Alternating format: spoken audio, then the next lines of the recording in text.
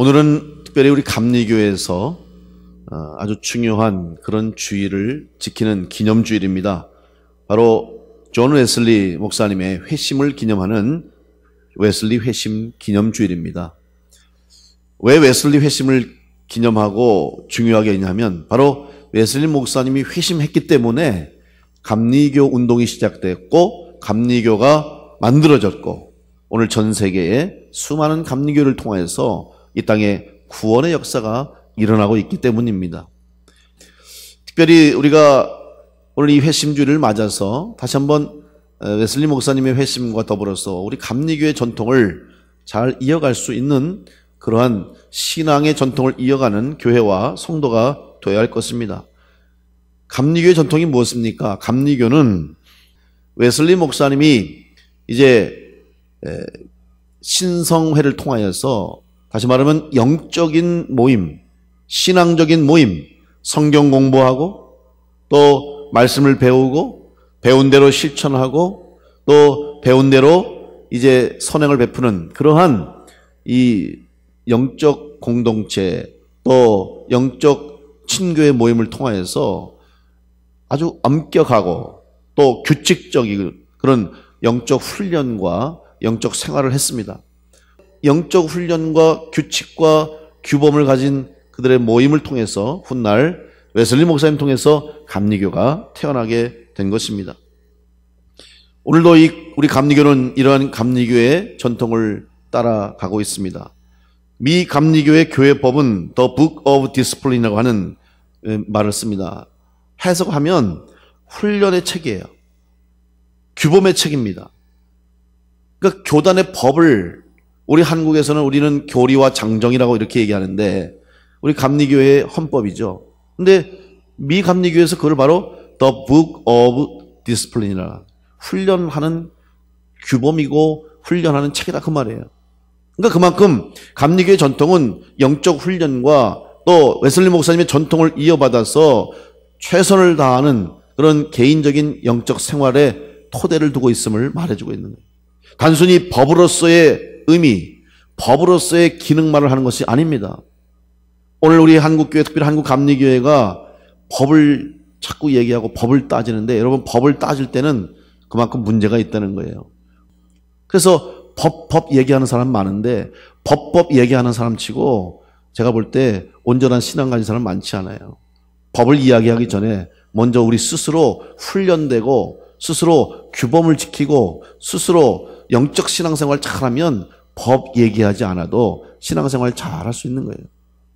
교회에서 법이여 소리치고 법이여 외친다고 해서 질서가 세워지는 게 아니고 그것을 외치기 전에 먼저 내가 하나님 말씀 앞에 바로 서고 우리가 하나님 말씀 앞에 온전해질 때 교회가 질서 있게 하나님 주신 은혜로운 교회와 성도가 될 줄로 믿습니다. 감리교는 그런 전통이 있습니다. 웨슬리 목사님이 그런 철저한 훈련과 또 개인적인 철저한 신앙생활을 통해서 이제 그 영적인 훈련을 했던 것입니다.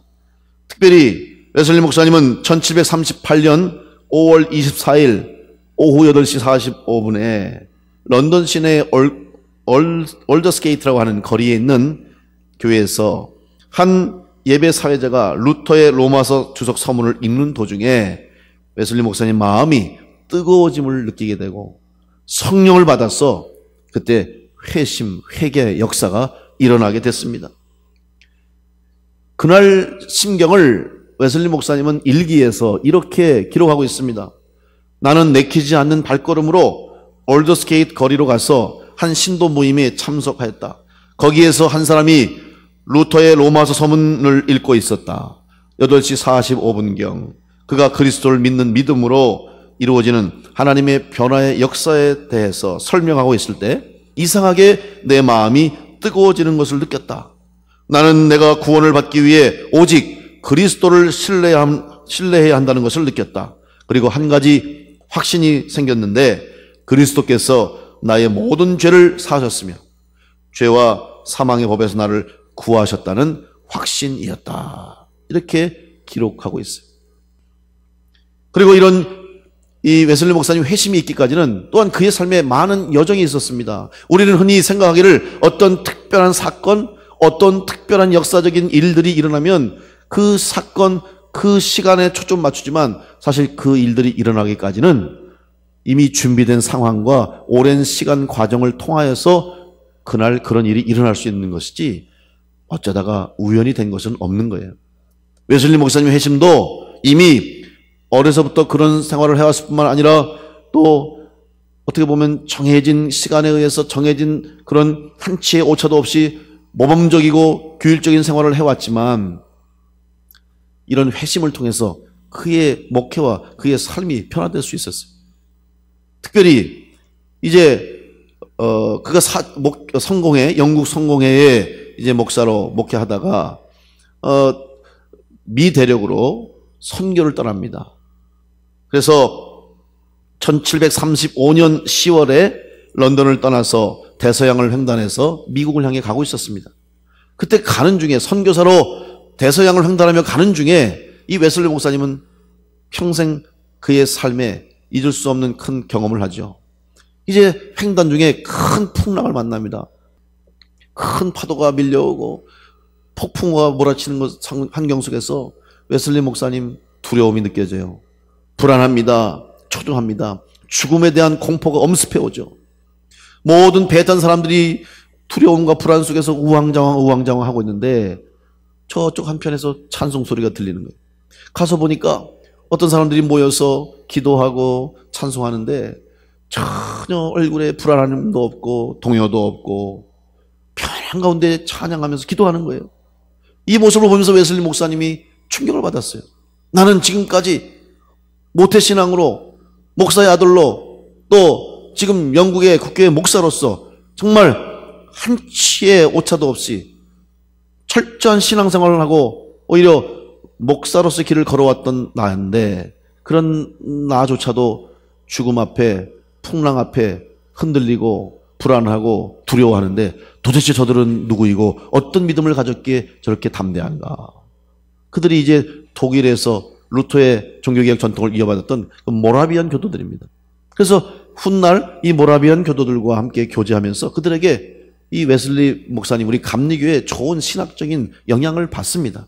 물론 훗날 이제 한 이단에 대한 그런 견해가 다름으로 인해서 이제 그 모라비안 교도들과 결별하지만 좋은 신학적인 신앙적인 영향을 받았습니다.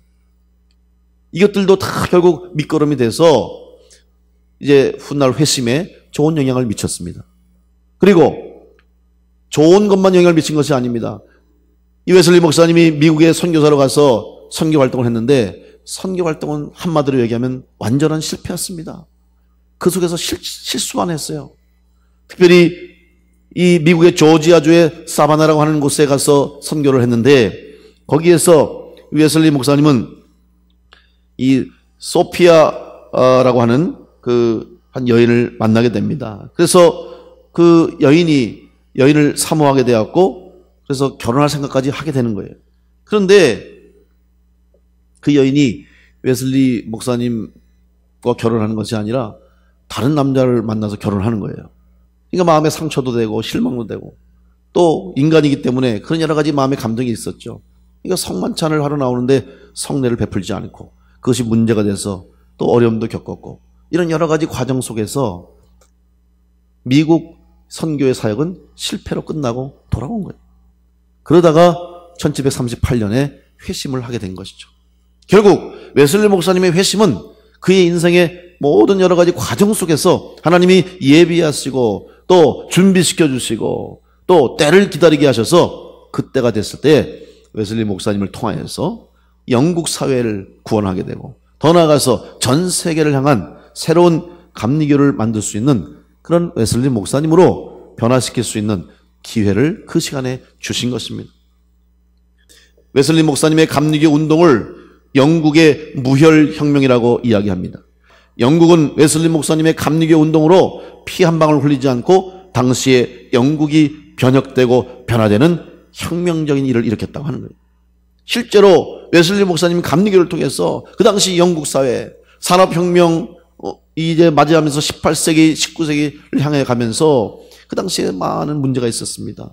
사회의 부조리의 문제, 또 여러 가지 이 도시의 급속적인 발달로 인한 빈부의 격차와 또 가정의 몰락, 그로 인한 여러 가지 세상에서 일어나는 일들, 술, 음주의 문화, 그 다음에 또 타락, 그 다음에 도박, 또 아이들을 노동시키기 위해서 아이들에 대한 인권의 문제, 이런 말할 수 없는 그 당시의 문제, 아이들이 교육받지 못하고 가정이 깨지고 이런 일들을 웨슬리 목사님이 이 감리교 운동을 통해서 변화를 일으키고 변혁을 일으키게 된 것입니다.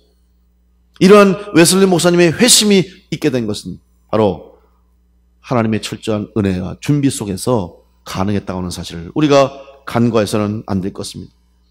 이제 오늘 웨슬리 회심을 맞이하면서 오늘 우리도 다시 한번 우리의 심령, 우리의 삶이 회심하고 새롭게 됨으로 인해서 일어날 수 있고 또 하나님이 기대하시는 위대한 역사를 우리가 오늘 꿈꾸면서 오늘 우리의 심령이 다시 한번 새로워질 수 있는 그런 놀라운 은혜를 경험해야 될 줄로 믿습니다.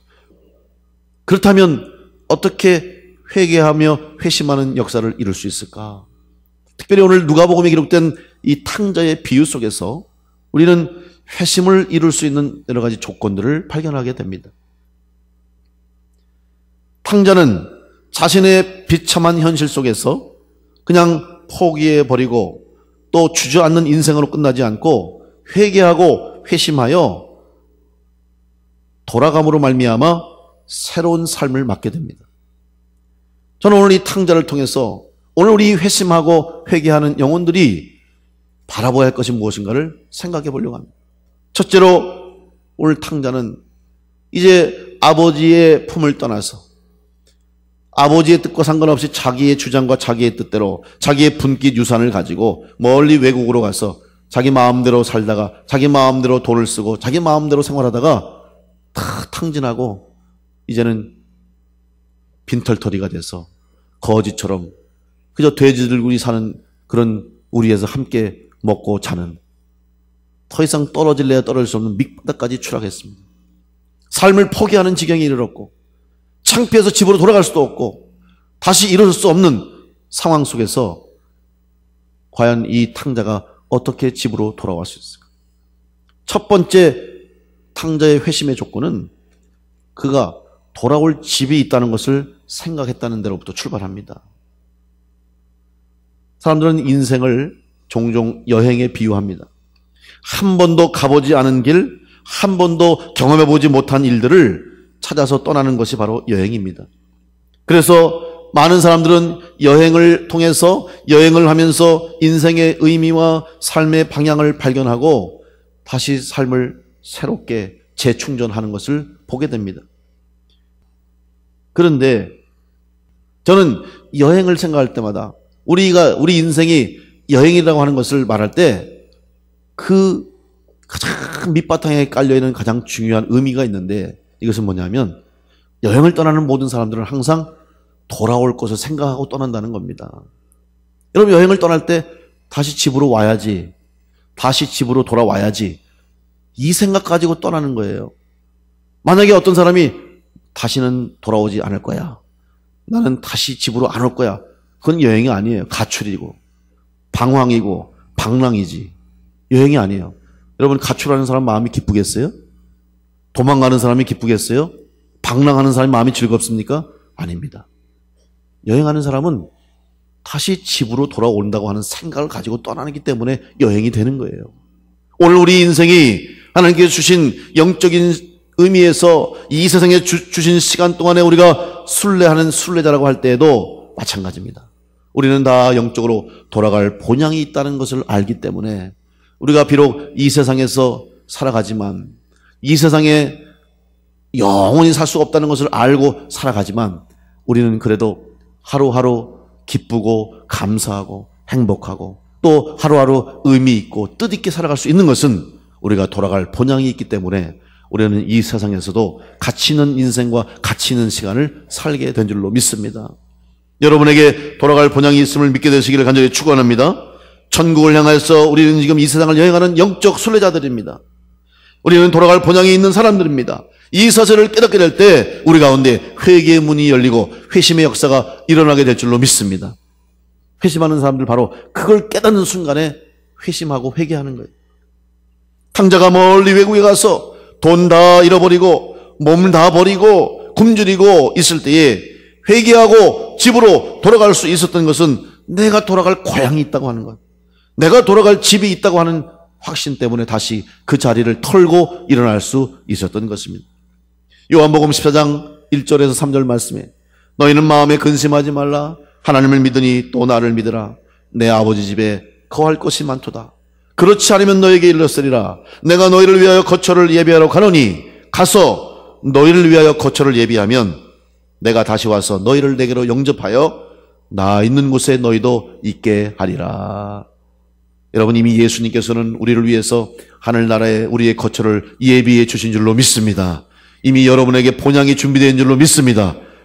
따라서 이 세상 사는 것이 여러분 방황하는 것이 아니고 또 유리 헤매며 길을 잃고 그냥 떠돌이처럼 떠다니는 것이 아니라 돌아갈 본향을 향하여 한 걸음 한 걸음 목적지를 향해 가는 여행자이심을 믿으시고 하루하루 기쁨으로 또 하루하루 감사함으로 주신 시간들을 의미 있고 뜻깊게 살아갈 수 있는 성도들이 되시기를 간절히 축원합니다. 탕자는 바로 그것을 알았어요. 그래서 돌아갈 집이 있다는 것을 아는 순간 용기를 얻었습니다. 두 번째로 탕자를 회심할 수 있고 회개할 수 있게 했던 것은 돌아갈 집이 있었을 뿐만 아니라 집에 가면 아버지가 계시다는 사실을 그가 다시 한번 깨닫고 집을 향해 걸음을 옮겼던 것입니다. 나를 받아줄 아버지가 있다고 하는 사실입니다. 로마서 8장 15절 말씀 보시면 너희는 다시 무서워하는 종의 영을 받지 아니하고 양자의 영을 받았으므로 우리가 아빠 아버지라고 부르짖느니라 그랬어요. 여러분, 하나님께서는 우리들의 아버지가 되신 줄로 믿습니다. 하나님은 여러분의 아버지인 줄로 믿으시기 바랍니다. 이 사실을 믿을 때에 우리가 하나님을 의지할 수 있고 하나님께로 돌아갈 수 있는 거예요. 그런데 아버지의 존재 그것만으로 탕자는 집을 향할 수 있었습니다. 사실 지금 탕자가 집으로 향하고 아버지로 가는데 그가 집에 가면 아버지가 안아주시겠지, 아버지가 좋아하시겠지, 아버지가 나를 기뻐하시겠지 이렇게 생각했을까요? 아닙니다.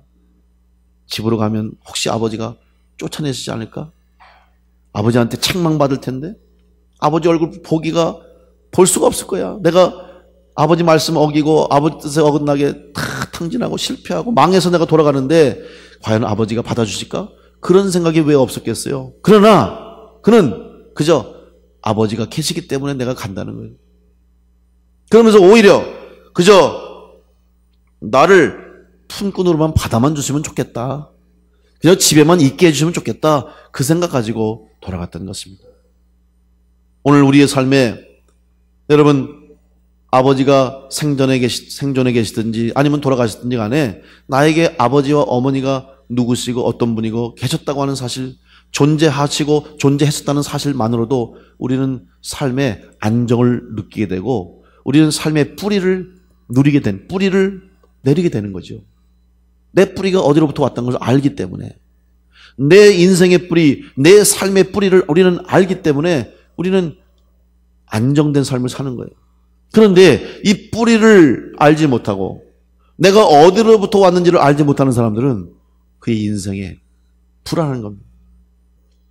여러분, 우리 인생에 내가 어디로부터 왔는지 또 내가 어디로 가는지 알지 못하면 우리의 인생은 유리하며 방황하는 떠도는 인생으로 끝날 수밖에 없어요. 오늘 우리는 육신적으로도 우리의 뿌리를 찾듯이 우리는 육신적인 뿌리만 찾아보면 끝나는 게 아닙니다. 우리는 다 영적인 존재예요. 인간만이 영적인 존재로 창조되었기 때문에 바로 영적인 뿌리가 되시는 하나님 아버지를 만나지 않고서는 우리의 인생의 문제가 해결될 수 없음을 꼭 기억하시고 여러분 하나님을 아버지로 고백할 수 있는 우리 믿음의 성도들 되시길 간절히 축원합니다. 그때 회개하고 회심의 역사가 일어나는 거예요. 여러분, 웨슬리 목사님이 구원의 확신을 가지고 그가 일평생 목사로 그리스도의 가정에서 목사의 가정에서 자라고 신학 공부하고 교수가 되고 영국 국교의 사제가 되고 선교사가 되고 다 했음에도 불구하고 그 전의 믿음은 믿음이 아니었었어요. 그 성령 받고 뜨거워지니까 그제서야 확신을 갖고 내가 하나님의 자녀이구나, 하나님이 내 아버지가 되시는구나, 내가 돌아갈 본향에 있음을 깨닫게 되면서 웨슬리 목사님이 변화되고 회심하니까 설교할 때마다 역사가 일어나게 되고, 탄광에 가서 광부들에게 복음을 전하고, 시장 더러운 곳에 가서 그 사람들한테 복음을 전하고, 고아들을 길러내고 과부들에게 위로하고, 이런 사역을 통해서 영국을 변화시키는 역사가 일어났던 것입니다. 오늘 여러분의 영적 뿌리인, 우리의 생명의 뿌리고 우리의 삶의 뿌리가 되시는 바로 하나님 아버지께서 나의 아버지가 되시고 나의 창조주가 되시고 나의 인생의 주인 되심을 고백하심으로 여러분 삶이 다시 한번 새롭게 되는 은혜가 있게 되시기를 간절히 축원합니다. 세 번째 탕자는 집으로 돌아가서 아버지 집에서 일할 수 있다고 하는 희망을 가지고 고향을 향했습니다. 말씀드린 것처럼 그는 더 이상 아들의 권리를 내세우지 않았어요. 아니, 기대도 하지 않았습니다. 쫓겨나지만 않으면 다행이라는 생각 가지고 사정해서라도 그저 우리 집에 가면 일할 곳이 많으니까 품꾼으로 써주시면, 집에 가서 그저 일하면서 그저 살려만 주시면 아버지 곁에서 그냥 우리 집에서 일꾼으로 일하면서 살겠습니다. 그런 기대밖에 없었어요. 집에 일할 곳이 있고 내가 일할 자리가 있다고 하는 사실, 내가 일할 곳이 있다고 하는 희망을 가지고 그가 고향으로 돌아가실 때 일꾼이 아니라 아들의 자리로 세워지고, 아버지가 안아주시고 용서해 주시고 가락지를 끼워주시고 송아지를 잡고 잔치를 베풀면서 그에게 모든 것을 회복시켜 주시는 은혜가 임하게 된 것입니다. 여러분, 하나님께서 여러분을 하나님의 일꾼으로 부르신 줄로 믿으시기 바랍니다. 믿으시기 바랍니다. 여러분에게 일을 주셨어요. 모든 성도에게는 하나님이 반드시 사명을 주셨다는 거죠. 그 사명을 여러분 깨닫게 될 때 여러분이 이 땅 가운데서 온전하게 하나님을 기쁘시게 하는 하나님의 자녀로 살아갈 수가 있는 것입니다. 탕자는 그걸 알았어요. 내가 집에 가면 일할 수 있을 거야. 그리고 일꾼으로 내가 살아가겠다고 하는 각오를 가지고 갔을 때에 일하는 것뿐만이 아니라 아들의 권리까지, 아들의 축복까지 받게 된 것입니다. 오늘 우리 교회를 위해서 여러분이 부름받은 일꾼이 되었다는 사실을 기억하실 때 여러분이 새롭게 쓰임받는 역사가 있게 될 줄로 믿습니다. 세상에서는 어떤 일을 했을지 몰라도, 세상에서는 어떤 방법으로 일했을지 몰라도 주님의 교회 안에서는 하나님의 방법대로 하나님의 일을 위해서 쓰임받는 성도가 되는 거예요. 여러분, 세상에서 내가 뭐 하냐? 교회에서는 그게 중요한 거 아니에요.